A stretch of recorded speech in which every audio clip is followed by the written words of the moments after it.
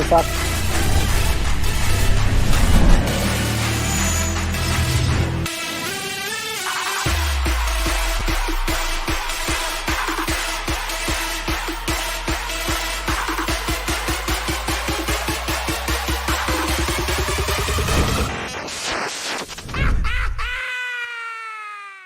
Welcome back to the Football Terrace.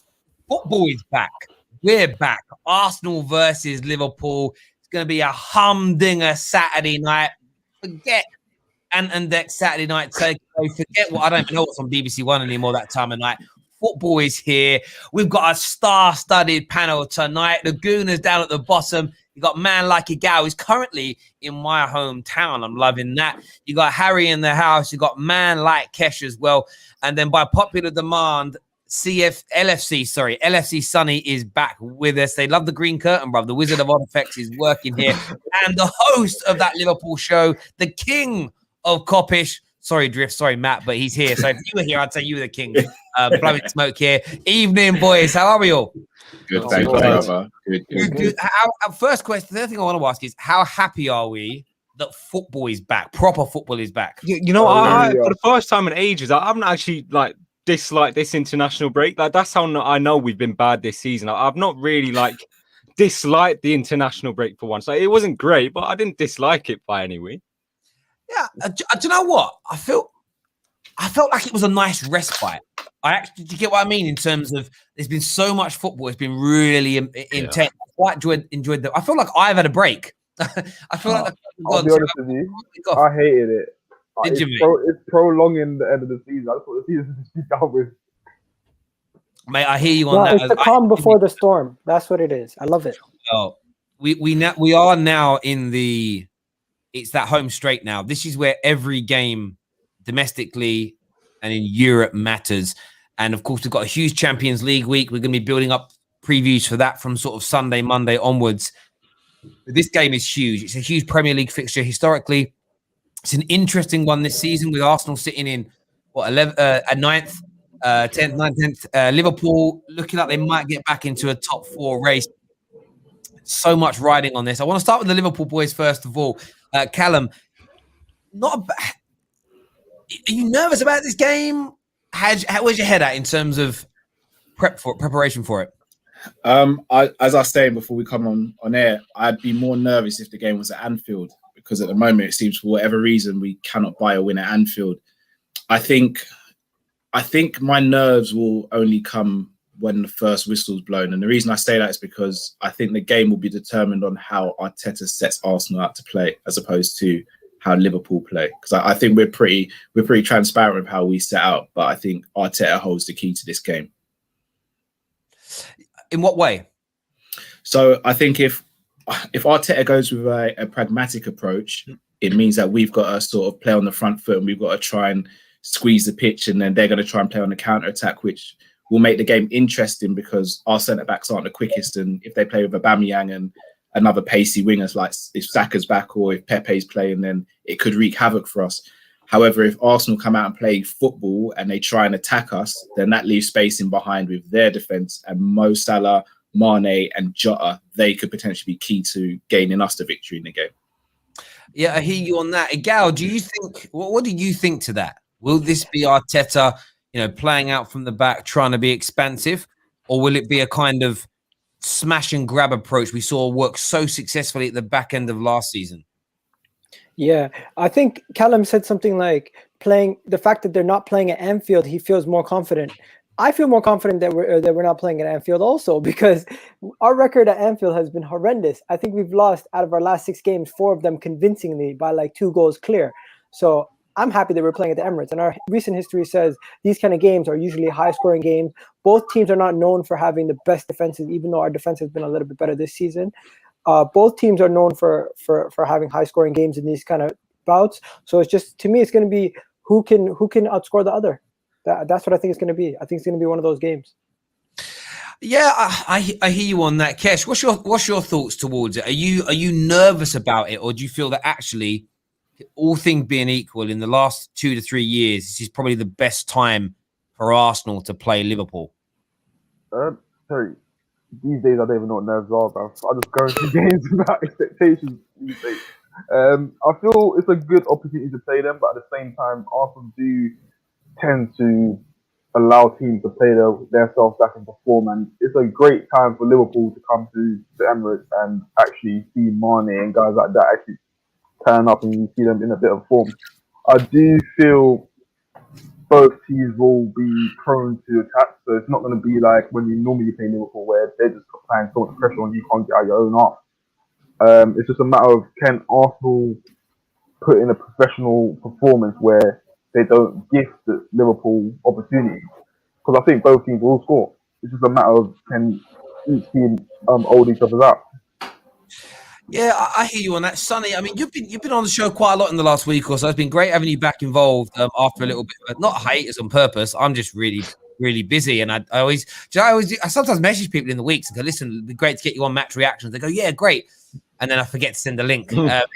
These guys will tell you, they're always chasing me for links. Terry, when's the link coming? I'm like, in a minute. I can't wait for that'll get better soon with what's coming up. But how are you feeling about it? Because you've not been very potent going forward. Defensively, that there are holes, but you're still on the edge. Like, you're right there on the edge of pushing for a top 4 place. Where's your head at ahead of this game? For this game, for me, there's one difference, and people won't look at it as a big difference. For me, it is. I think Diogo Jota being in this game is so big. I think it's so like this guy was carrying Ronaldo for Portugal. He's genuinely that good. He surprised me because when I'm looking at Firmino and the whole fan base saying Salah, Mane won't do what they do without him, I've seen Jota come in and do the same, if not better. Maybe not the same link-up play, but Salah and Mane ain't getting any worse. When you lot are saying that both teams will score, I disagree. I think we'll actually get a clean sheet. No one in the Arsenal attack really scares me. Odegaard, for me, he's not really a player that scares me. He's more of like a flair, if you get where I'm coming from. I think when that Phillips and Kabak have started together, I don't believe they've conceded when they've started. And that's going to be the centre-back partnership going into this game, realistically. So there's no reason. I mean, look, there's reasons not to be confident. But for me, I'm confident going into this game. So when you... I want to ask the Arsenal. I want to ask Harry a question on the back of that. So, yes, okay. Kabak and Nate Phillips haven't conceded the goal when starting together. Do you think Arsenal's forward should be licking their lips at going up against this Liverpool defence? Or do you agree with Sonny that actually it's going to be too hard to break down? I think if we play Lacazette and Aubameyang, I think we'll cause them damage. I think if we just play Lacazette with a Willian type player on the left-hand side, because Emil Smith-Rowe is out, I don't think we'll get at them enough. I think that will be an easy job for someone like Trent, because Willian isn't really going to get at Trent.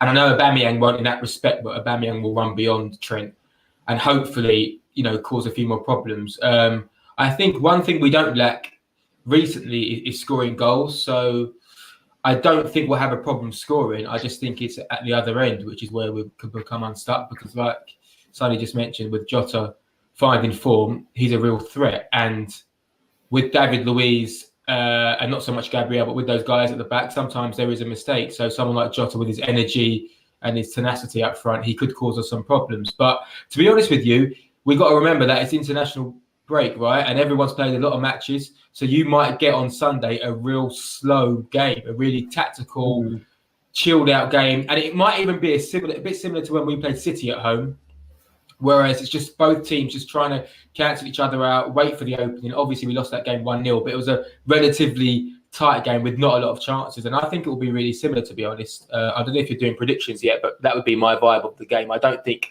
Liverpool are going to score a lot. I don't think we'll score a lot. I hear you on that. I think what Sonny said, honestly, I'm not exactly sure where you got that from. You're confident you're going to get a clean sheet away from home at the Emirates, a place where I think the last 6 games, I think you only won 1 game and 4 draws, all high-scoring games. And even though you guys have been doing well in spurts throughout the season, you can't say you've been the best defensively. And with the I'm not saying that. I'm not saying that I should be confident going into this game getting a clean sheet. I just am. Okay, I don't know where that comes from. The same way where people say, "Oh, where does your Arsenal confidence come from?" At this point, I feel more confident going into this game, and I feel like more Arsenal fans should feel more confident going into this game based on the fact you guys have been horrendous at home, and even though you guys have not been as bad away from home, you guys have been still conceding a lot of goals. I think you've conceded 6 more goals than us this season. Yes, you scored 8 more goals than us also, but a lot of that is in spurts early in the season. So we'll see. But right now, I think Gabriel Martinelli is going to be the biggest X factor for me because Smith Rowe is going to be out. Saka might be out. So with Gabriel Martinelli running at guys like Trent on that left from that left wing, we've seen Trent get exposed numerous times from pacey wingers. And you know what? Gabriel Martinelli should be the biggest fear factor in this game for you guys. I just want to say really quickly, like, I get where you're coming from. I just think you're really disrespecting Kabak and Nat Phillips. The names are not there. Like the names are not these big superstars, but from what they've done, like together as well, it's been very good. I'm not disrespecting them. I'm just going to say your own manager had the choice to play them when they first came in. He chose not to play them. He chose to play midfielders over Kabak when he first came in. He didn't slot him in right away. He chose to play. Kabak's played every time. Kabak's played every game pretty much. He's come in, bro. It took a couple games to get into it. But what about Phillips? What about Phillips? Phillips has been up and down. Kabak's played every game since he's come. Okay, my point still stands. He still chooses to play midfielders rather than out and out center backs when he has the choice of playing Phillips. Maybe not Kabak because Kabak has come in the January window, but the first couple of games he didn't get in right away. It took him a little while. Why don't we look at what they've done on the pitch though? Fabinho start centre back. Fabinho will start centre back, right? Against us. I don't think he will. I think it'll be Phillips and Kabak. I think he'll got an R. If he does that, I think Lacazette will be licking his lips. You're disrespecting them. No. I'm not disrespect. I'm not disrespecting them. I mean, I'm just saying what it is. If you've got an experienced player who's really good at playing with his back to goal, he'd much prefer to play against Kabak and Phillips than he would Fabinho. Yeah. Or Fabinho. Disrespecting Kabak when you said Kabak should go back. Can I ask a question? Again, I'm not even trying to start anything here. Is apart from pace and running in behind, what threats does Lacazette bring to our particular centre backs? And I'm not even saying our centre backs are great, but when you say things like he's great with his back to goal and things like that, I don't echo those sentiments. I think he's good. I don't think he's great. I think he's a good striker, and I think Nat Phillips and Kabak, they could actually pocket him if he doesn't have a good game. He has to play well to have a good game. I think it all depends on the combination of who starts in the game, because Laka tends to thrive when he's got players who's willing to do the link-up play, pass and move. That's when he thrives. When you're playing with, say, Willian, who's not on the same wavelength as him, or Bamian, it doesn't tend to work. But if you put Lacazette in there with the Odegaard, and I don't know, maybe Saka, I'm not sure. I don't think he'll be fit, so we might struggle in that sense. But I do feel Laka dropping deep and then allowing space in behind where he can run at, where Martinelli, if he starts to run at Trent, I do feel he can cause the trouble in that sense. Yeah, I'm not a huge Lacazette fan. I don't think Lacazette is amazing, but one thing he is brilliant at, and maybe you haven't seen it yet, is his back to goal play. That's one. His link up play is brilliant. I mean, that's why we play him sometimes ahead of Aubameyang, because he gives us that different dimension. And like Kesh mentioned, when Odegaard is looking for 1-2s around the corner and whatnot, Lacazette is pivotal to all of that. That's his main strength. It's not pace. It's not running in behind. He's not a clinical finisher in that respect, but he's great with his back to goal and getting other players in. I think what's going to be on the point, I agree with the Liverpool fans. I think Fabinho will start in midfield because in the previous couple of games, they've still got to go to Anfield and stop this 6. Is it 6 on the bounce you've lost there? Yeah. Let's not dwell on it. Tom. I just didn't need to say it. 2 weeks has been a crazy 2 weeks for me. I forget. But you've improved in those 2 away games in terms of sort of solidity since he returned and he was shielding that back four. And I do think one of the mistakes Jurgen Klopp made was not adapting and switching to put in. You had Phillips and who was playing? Who was the other centre back? You were rotating in and out quite a bit. Phillips and Williams. I'm not saying I understood why maybe he didn't go with both of them, but it was this case. Even when Kabak came in, there was still a lot of chopping and changing, and he should have just gone. Do you know what? You're both centre backs. That's your natural position. It's great. And then put Fabinho in that midfield to do his job, which is shield the back line, which would have protected it. So it's going to be interesting to see him in the midfield against a good opponent, a top opponent in Arsenal, to see whether that high line can be exposed in the same way as we've seen in other games. That's what And I'm that's really the problem, the high line.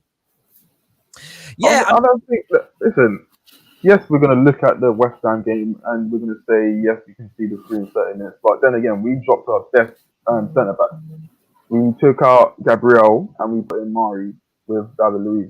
They're both not exactly the fastest players. I think you'll see a different dynamic with a Gabriel in there who's willing to defend on the front foot, willing to nip in front of players and nick it before they get the opportunity to think and turn. yeah. Can I just add to that? Go on, bro. See, when you say he can nip in, and again, I'm not saying this to be disrespectful. I actually rate Gabriel, but I think one thing we're forgetting in this whole conversation so far is the threat that our attackers could bring to your defense. We've spoken about Martinelli to Trent and Lacazette to our centre backs, but let's not forget Salah, Mane, and Jota. They could wreak havoc on your defense. And as you said, Gabriel is a player who's a front foot defender. All it takes is for Gabriel to mistime his tackle or his interception, and there's holes there. And I'll be honest, Salah, Mane, and Jota against David Luiz and potentially Cedric and Tierney's absolute quality. There's no question about that. I fancy my chances. That's why I do expect both teams to score in this game, and I wouldn't be surprised with a high-scoring game because defensively, neither team are that solid, and both teams have attacks that can change a game. This is the issue that I have with it. You have to actually look at the defenders themselves. I would say 3 out of our 4 defenders in the back 4 would be used to the type of players that you guys have. The players that try to overload wide areas and cut in. Gabriel can handle that issue. David Luiz is the one that I'll be worried about. Cedric in himself, he's a decent defender. I'm not worried about him. And Kieran Tierney, I'm not worried about him. So when it comes down to the defense that we played with the first time we met, Gabriel was not in that defense. I felt like Gabriel would have been able to deal with that better if he was in that team at that time, but Arteta didn't play him that game. I think that was a completely different. Liverpool and Arsenal at that period in the season was so different. Remember, we had Virgil and Gomez in that team. So where you guys would play sort of pressing football, we'd just get the ball to Virgil, you'd spray it 60, 70 yards. Yeah. We haven't got a centre back who's doing that this game. So I think it'll be a completely different game. And I think we'll try and play out from the back as opposed to trying to hit the wings early. But again, Tierney against Salah for me is a top battle. Cedric against Mane. If Mane turns up, I think he blows Cedric out of the water, both attacking and defensively. And if do you look at it as a Tierney versus Salah? Because for me, Salah doesn't really scare the opposition fullback, in my opinion. I think he's more of a centre-back problem. I think with Jota playing, I think Salah would have to play slightly wider than he usually does. For me, I don't think Cedric will play. I generally don't, because listen, he's been playing at international. Bellerin's the one that didn't go international break. So I think Bellerin will be the one that starts. Maybe even Chambers as a surprise. Yeah, if it's Bellerin, I'll lick my lips. I'm not going to lie. Yeah, it's defensively. Bellerin for me has always been suspect. I mean, take Bellerin's pace away, he can't play in. He wouldn't play in League One. I don't think he's that good a football player overall. Defensive position is poor, but the speed gets him out of trouble. There's no doubt. It's certainly going to be an interesting game, though. I think both teams have got. What I've noticed this season with both Liverpool and Arsenal is you don't know who's turning up. 1 week Arsenal can look. You think, wow, Arsenal have really turned a corner. And then you get that opening 40 minutes against West Ham and just think to yourself, wow, where's that come from? Liverpool, any team loses 6 at home on the bounce, you know there's issues with. And when you consider how good you were last year, it's these 2 seasons are just... If someone only started watching football this year and you said, oh, by the way, Liverpool won 28 of their opening 29 games last season, they'd call you a liar. They would just be like, what are you talking about? It's impossible. But there's so many elements to this game that I'm excited about. One player I want to speak about, Thiago. Callum, he hasn't started well, and I think that's me being kind to his Liverpool career. Do you expect him to continue starting, or would you rather, with Fabinho coming back in, would you rather sort of, I know Henderson's still out, would you rather be Gini and Curtis Jones? Curtis Jones had a really good season for me, or do you think you just need to keep playing Thiago until he finds his feet in the Prem? I'm probably going to get a lot of smoke from this, not just from you guys on the panel, but in the comments as well. I think Thiago's having a bit of what you Man United fans describe as a Pogba situation. Don't get me wrong, Thiago has not hit the levels and the heights that we expect him to hit, or the levels and heights he hit last season at Bayern Munich. But I don't think he's been poor. I think he's had poor games, for example, Leicester City or away. I think he was poor in that game. However, he's, in my opinion, played well for Liverpool. It's just that the rest of the team hasn't adapted to how he plays, and he's not adapted to the rest of the team. I just think he's had a good season, but he's not been pulling up any trees. If it was down to me, I'd play him in this game against Arsenal simply because I think his recycling the ball and his combativeness, I think, would be good in the midfield. But I wouldn't sit here and be upset if it was a Naby Keita playing instead, because I do think Naby Keita has obviously come back from injury. He's a player that can make something happen out of nothing as well. So while I don't think Thiago's been excellent, I don't think he's been poor. I just think he's been good. But I think because of the levels he's set as a player, a good season is not good enough for Thiago, if that makes sense. I hear you. Arsenal fans, any one of you can answer this. Would you rather see Thiago, the Thiago we've seen in the Prem, on the bench or in the starting lineup? Starting lineup, without a shadow of a doubt. Listen, I rate Thiago very highly, but I just don't feel the way Liverpool play suits the way it suits Thiago's profile. I do feel if Arsenal if they have that game where they do not shoot themselves in the foot with the likes of Partey being in and around Thiago, I do feel press will crowd him. I do think we'll crowd him out. You've got the likes of Odegaard who's exceptional at pressing. If you see the work he does most half of the time on his own, I think we can use that to our advantage. And as Callum said, if we do go for a more pragmatic sit back and let you come on to us, I do feel we can break away and hurt Liverpool. Yeah, Thiago is a good player, but now it's a case of, is it Thiago was a good player or can he still be a good player? I mean, I think he's been incredibly underwhelming, regardless of the levels he previously set at Bayern Munich. I think he's just been distinctively average this season. I don't think he's really shown anything which makes you think, this guy's class. I just think he's shown that, he's a decent little player, but I think he's really struggled to adapt, and I'd liken it a little bit to Schweinsteiger when he came from Man United. Sometimes coming into this league is so much harder than everyone thinks. It's totally different, and there's a lot more energy and tenacity in the midfield, and I think he struggled with that massively. All right, can I ask you guys one question? Just the Arsenal lot, do you think Partey's had a better season than Thiago so far? I think they've both been just as bad. I think they've both been just as bad. No. Because I don't think Partey's really been criticised. I think Thomas Partey has had a bigger impact in our team than Thiago Alcantara has had at Liverpool. You can see when Thomas Partey plays that he relieves pressure from guys like Granit Xhaka. He relieves pressure from the centre backs and the goalkeeper from playing at the back. He makes it a lot easier to transition from getting the ball from deep and pushing it forward. Our first opening goal, Burnley game, is the perfect example, because you have Granit Xhaka who concedes a goal the most serious way possible, and the opening goal was made from Thomas Partey picking the ball up deep, driving it forward, and putting the team under pressure immediately. So I think fair enough. Partey has had a massive impact, where Thiago Alcantara has not lived up to his expectations. It's two completely different things. All right, so the reason I asked that question is because I don't think Partey's really received that much criticism this season, whereas Thiago has. But if you actually look at their stats, whether it be attacking or defensive, and they both played 15 games in the league, Thiago outdoes him on both defensive and attacking numbers. That's because you won the league last year, and Thiago came with his huge reputation of being an absolute baller. No, I'm talking about stats this season. Oh yeah, no. But what I'm saying is the reason why Thiago's under the spotlight more is because you're Liverpool and you've won the league. Also, sorry, really sorry to cut you again, Kesh, but also when I speak about the stats as well, again, it's not all about stats. Obviously, the eye test comes into it. But again, you have to look at the situations that Partey's come into, Thiago's come into as well. Thiago has looked behind him and there's no centre-backs, pretty much. In midfield, he's got no one next to him. And then our forwards are having the worst seasons of their life, apart from Salah.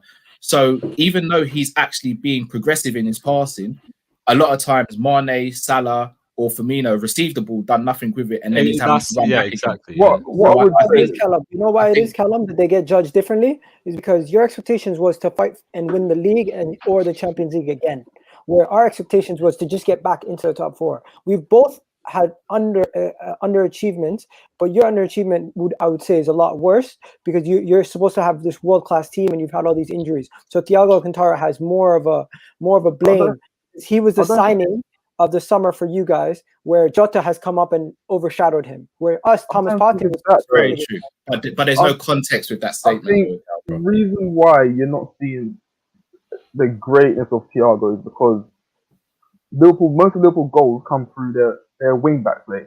That's how you got score. So when Thiago's getting on the ball, yes, he's being a registrar, he's getting on the ball, he's picking it over, but he's not directly feeding through a striker who's going to score. That's why you're not seeing the assist numbers going up.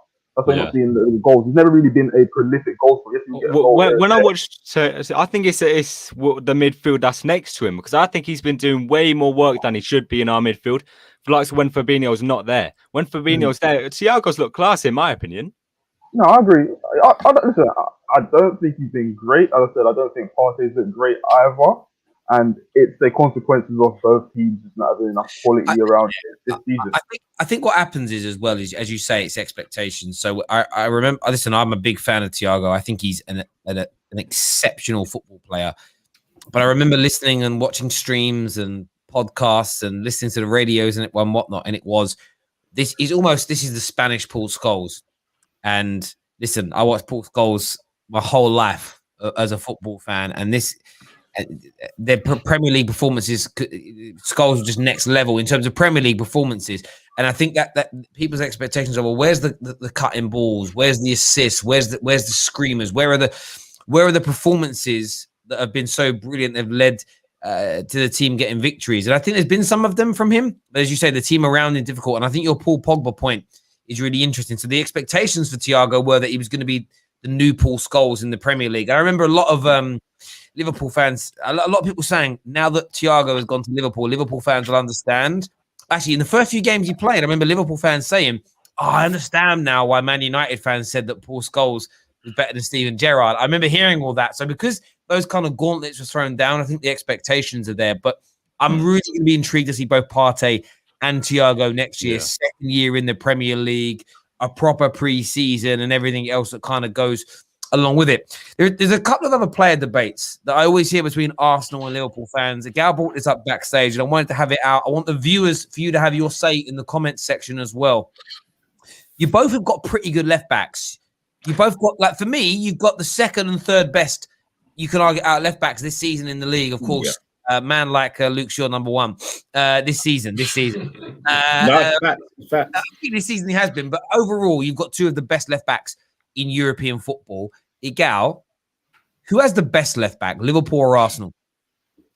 Oh man, it's tough. But I'm gonna have to. It's tough. I'm not gonna lie, it's tough. But I'm gonna take my guy. Just look at his performance yesterday for Scotland, for example. Right, they're both in the team. One is a left wing back, and one is a left center back. And who's the man who comes up with the 3 assists, the crucial 3 assists to get the Faroe Islands, bro? They both played in the same game. Faroe Islands are decent, man. So Robertson did end up getting himself. You're lying, bro. Harry's been in the Faroe Islands for about 10 years. He knows, bro. Let me ask Liverpool player. Let me ask you guys. A Liverpool player once said to Robertson himself, "I would rather take Tierney because he has a left foot. He has a right foot on him." You guys yourself say he needs to take more shots. He needs to be able to shoot. I don't think when it comes to actual ability, I think Kieran Tierney is better. I think Robertson is in a better team and has been a more acclimatized system that can get the better out of him. So right now, if you had Kieran Tierney at Liverpool, I think he would be doing as good or even better. So for me, I'm taking Kieran Tierney. Robertson and Tierney have the same amount of goals in the Premier League this season, though, ago. That doesn't take away from my point that he plays in a much better team. He's been acclimatized to the Premier League. But you just said he's a better ability in terms of his goal scoring. We moan about Robertson's shooting. Admittedly, Robertson's shooting is the weakest aspect of his game, but they both have the same amount of goals. And again, to defend Robertson, he's had to play with centre backs he's never played with before in a system whereby him as a left back can't progress as far up the field anymore because he doesn't know what's behind him or what's in midfield. So he's been the most disjointed as well. Plus, you also look at, I'm pretty sure assist numbers, I think he outranks Tierney with assists as well. And again, you've seen how poor our strikers have been. So in Robertson's worst season at Liverpool, he's still outscoring and out-assisting Tierney. And I think defensively, they're pretty much the same as well. Ability-wise, I think you can argue. I think Tierney's probably slightly better. No, not slightly. He's got a better shot. I think Robertson's got a better cross, and I think both defensively they're very good. But I think Robertson edges him just. But Tierney's quality. I just think Robertson is the better left back right now. They're Well, both when we quality. say that, but we need to remember it's 2.5 years, like world class Robertson, like 2.5 years, world class. There's no debate about that. Listen, the debate is not the debate is not that who's world class, who's that, who's this or that. Forget about that. I Is, said world class. the Just, debate he's is very good for 2.5 years. You look at the two individual players, right? One is in a much better team. One is in a team with, you guys say, about 4 to 5 other world class players. Where you got Kieran Tierney standing out, giving man of the match performance from left back in one of the worst Arsenal teams in a long time. So when you're comparing, Maybe if Tierney played better at Celtic, he'd be in a better team. Okay, but all right. So Jose wanted Tierney at Manchester United, so that's not true. All right, so they're both great players. They're both great left backs. I think I wouldn't swap Robinson for Tierney, and I'm sure no Liverpool fans would swap Tierney for Robinson. I think it's neck and neck. They're both as good as each other. That, you know, they're both class. And that's it. All right, can I ask you guys a question then? Do you guys think Tariq Lamptey, for example, has been the best right back in the league this season? No. All right, but it's easy for Tariq Lamptey to stand out because of the rest of the team around him aren't as good as him, right? He's only standing out because he's playing as a wing back. No, I'm not. I'm just saying in terms of performance, though. You say Tariq Lamptey's been arguably Brighton's best player or their biggest spot because he stands out in the rest of the team for the rest of the players, right? I think a lot of that is happening with Tierney. Again, I reiterate, Tierney's absolute quality. But the fact that he's standing out from left back in every single game should be looked at the rest of the team, and the fact that why aren't your bigger, better players and players higher up the pitch doing more then? Because Tierney shouldn't be getting man of the match from left back every single game, pretty much. But he is. But one second. It's a system thing. It's a system thing for us, though. Granit Xhaka drops into a quarterback role to free up Kieran Tierney. Our left winger moves inside, so when Kieran Tierney crosses it, that left wing is there to score, or Odegaard's there to score, like we did against West Ham. It's just a system thing, similar to how Man City do it as well. Harry, there's no need to even defend it. Just look at Liverpool. It's a system thing, right? It's Liverpool. Robertson is basically being asked to be another left attacking option, basically creating from that point. That's how he's been playing the past couple of seasons. Yes, he's been asked to do more defending this season, and yes, he's been asked to change his role slightly this season. But we're rating him based on his legacy that he's left at Liverpool. He's won the league. He's won the Champions League. He has the accolades in the Premier League. But when it comes down to it, he's in a much better team. He's in a much organized system. Can I argue against that? Better platform. He's in a better platform. So of course you're gonna say he has. A guy with like 4 points ahead of you, bro. So we're not in a much better team. And even though you say a much better team, even though you say in a much better team, Robertson up until January was our best player for me in a very good team. Listen, viewers, that's a great debate. I love just sitting back and listening to fans go at it like that. Really good points made by both. Who do you think is the better fullback? There's one other player debate I wanted to touch on before we look at top 4 race score predictions. Both got two very young, slightly different positions, I know, attackers. The midfielders in your teams. Curtis Jones at Liverpool, Emil Smith-Rowe coming through at Arsenal. Callum, how highly do you rate Curtis Jones and how good a season do you think he's had? So I rate Curtis Jones highly for where he's at now. I think he's had a good season relative to what's happened, but I'm not going to go overboard and say he's the second coming of Gerrard or anything like that. Like, I rate Curtis Jones, and I've rated him since he's been in the youth setup. But I think as Liverpool fans, sometimes we need to pump the brakes and just be like, look, he's not. Just stop comparing him to Gerrard's and your McManamans and all that. That's all I would say. But I think he's been good this season. I think he's been one of the shining sparks that's come out of this season. My only concern is for Curtis is the reason he's got so many minutes is because we've lost so many players through injury, and I don't know if we'd have got those minutes had we had a full strength squad. So I don't know what it means for next season. I hear you on that. And again, from an Emil Smith-Rowe point of view, he's done well since he's come in. I may miss this game through injury. Do you think he's got what it takes to legitimately cut it long term at Premier League level? Right now, it's still early, obviously. So I do hear the sentiments of Callum. We don't want to get overexcited, but at the same time, I just wish he wasn't injured at the beginning of the season so we could have him see how he was throughout the whole entire season, because he only really came to light after that Chelsea game, midway point of the season, and we haven't seen him play full season. Right now, it's still early. People might not have found him out necessarily. We'll see by next season if he can keep it going and if he can go from strength to strength. But from everything I've heard from Huddersfield fans when he was on loan at Huddersfield to even everything going on at Arsenal, this is a guy who wants to learn, who wants to improve, and who has the might to work on his game every single day. And that, to me, shows that he has the capability to become a better player. Was he great at Huddersfield? He was outstanding at Huddersfield. Manager loved him. Loved him. Leeds fans to this day celebrate him because he scored the goal to get them promoted. So to this day, everyone will remember him. Leeds fans, Huddersfield fans, Arsenal fans, let's go. This guy, I love this kid, man. It's going to be an interesting one. In terms of unsettling news, I want to go to Sonny on this one and Callum. We'll start with Sonny. A lot of talk over this international window, that Mo Salah could be on his way out. Real Madrid, Barcelona, sort of seemingly circling. A lot of kind of comments I've seen on socials about sort of them kind of open-ended sort of who knows what the future brings type comments from Mo Salah. Do you think he could be gone at the end of the season, and could that create some disharmony between now and the end of May? The reason I'd say no is because I think Salah's way too professional for that. I think you can tell when he does his interviews, he never says anything too much. He never says anything like too little. What I don't like about the media who are kind of pushing this is, I was reading something, the paper was lying in front of me this morning. It was like a Salah quote. It said, like, would you ever go Spain? It said his sentence, whatever he said, and then they added a yes to it at the end, which was said about 2 minutes later. That's what I don't like about the media. I think they are pushing it. Salah, like I said, I think he's too professional for this to cause any trouble. I don't think it necessarily takes a player to cause trouble to get a move, though. At the end of the day, like, it's all going to depend on Liverpool finishing fourth and getting Champions League. That's going to be a major factor, in my opinion.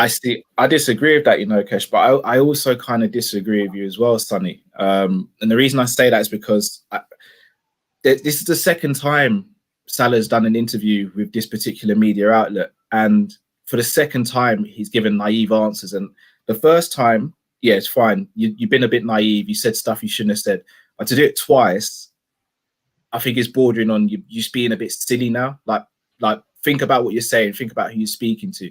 If you know this media outlet twist what you say, don't speak to that media outlet. I think Salah staying or leaving depends on whether he gets the contract he wants. I think he's been very clear in his interviews that he says it's down to the club as to what happens with him next. I don't think he wants to leave. In the same way, I don't think Genie wants to leave. But I think as professionals in a business with their contracts, I think if they don't feel valued, they will potentially go somewhere where they will feel valued. And I think that's my worry about this summer. And we need to link in FSG as well, because how big Salah's brand is. Like, they know they're getting money for Salah if he goes. Yeah, but at the same time, FSG also know that we need a lot of players this summer and high quality players, and who's your biggest commodity to sell. Guys, yeah, so if you're in a transitional period, oh no, go ahead.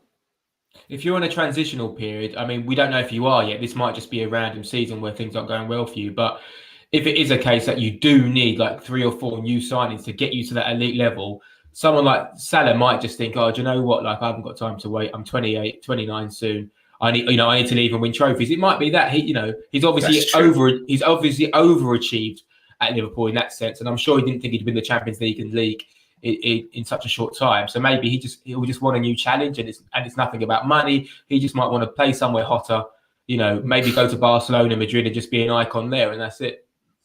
I've seen an article on Sports Witness, Callum. They're talking about Mo Salah not feeling at home at Liverpool. These kind of things, it's not only come out from that one news outlet. So it's like, do you know what I think when it comes to Mo Salah is this? When I look at some of the players Liverpool are linked with, I think you're going to spend money, but I think it's another process to build a team that might take 2 or 3 years. When you're Mo Salah's age, there isn't 2 or 3 years. The thing with football clubs can have these processes where if Liverpool look at it like, we'll build a great team that will have 3 years where we're amazing, and then it might take another 2 or 3 years after that to get back to that point. Fans can accept that when you're competing against the money that PSG's, Man City's, Chelsea's, even Man United have in comparison to you. I think most Liverpool fans would accept that. It's harder for players. If you join Liverpool at, say, 25, 2 years to get firing, and then you spend 3 years killing it, and you now know it's really, truly to challenge for titles again and major honors, it might take another 3 years. You're going to be in your like getting towards your early mid-30s. So it's a hard thing in your head where for a footballer, you have a 12-year period, generally speaking, where you're able to really perform and get yourself good contracts at the best clubs. And it's hard for players. It's a bit like with Paul Pogba now. I think one of the reasons why he'll want to leave Man United is he's getting towards his late 20s. And I still think with or without Ollie, we're 2 or 3 years away from legitimately competing. Of course he wants to leave, because by the time we actually imagine there is a great plan at our club, by the time we find our feet, man's going to be like 31, 32, and it might be, do you know what, Paul? You're past your best now, so we don't need you anyway. Because clubs have less loyalty when a player becomes surplus to requirements than any player in the history of football. Maybe there's new players, but as soon as you're surplus to requirements to a club, they move you on. They don't care at all. Sentiment means not, Aguero's not going to get another season at Man City because they need to now look at the future star. And I think players should, and they do behave like that as well. I think in the back of Salah's mind is, I've done a lot for Liverpool. In my opinion, he's Liverpool's most successful attacking player in the history of the Premier League in terms of goal records and trophies that he's won. So he can leave with his head on high, a legend in that city, and maybe go to a club where, we spoke about it earlier. If you go to a Barcelona or a Real Madrid, even when they're rebuilding, they can still win titles. They have such a monopoly. So I think it's a much better option for him, maybe, depending on the deal, the sum of work that you're looking at. And I think you've got to sell someone big to really land a star anyway. So why not cash in on someone who's really thinking about leaving? It would make sense. I see a lot of Liverpool fans complain about FSG as well. So if you put it in that sense that they didn't do the business that they need to, whether it's because they didn't have the money or didn't want to cough up the money, how else are you going to do a rebuild unless you sell someone? Are you guys in financial trouble? So again, I don't know where you lie on this whole FSG thing, Sonny, but that's where my problem lies with FSG. Predominantly, I completely agree with that. Yeah, I think we as Liverpool right now, where we are as a club, we shouldn't have to be selling our big players to rebuild our team. In my opinion, I agree. You look at Bayern Munich, for example, and they're probably the best example I can use. They had Ribery and Robben, and they still went out and got Gnabry, Coman, and obviously Sane was later, but they had two other wingers waiting in the back burner to take over when those two couldn't perform at the optimum level. That's how you build dynasties, and that's how you build decades of dominance. Man United, we've seen it over the years. Man United didn't always just sell a big player just for the sake of it.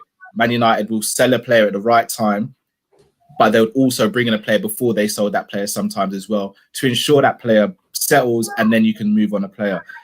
We have been very fortunate in our recruitment where we sold Coutinho, we brought in Alisson, Fabinho, and Virgil. Without those three players, we don't sit here right now as Premier League champions and Champions League winners. We simply don't. And I think that's where my frustration lies with FSG, is that I don't expect them to do a Man City or PSG and spend 200 mil every summer.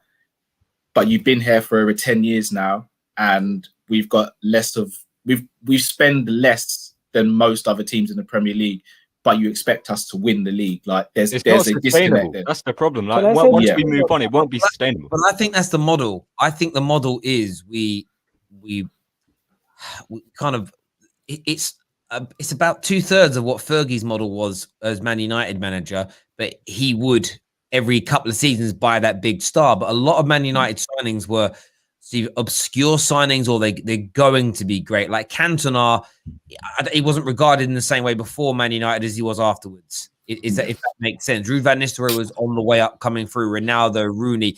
It was nearly always potential we bought. And Man United, Roy Keane, took them to that next level in terms of performances.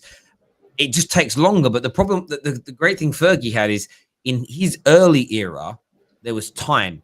Managers were given time by clubs, maybe not always by fans.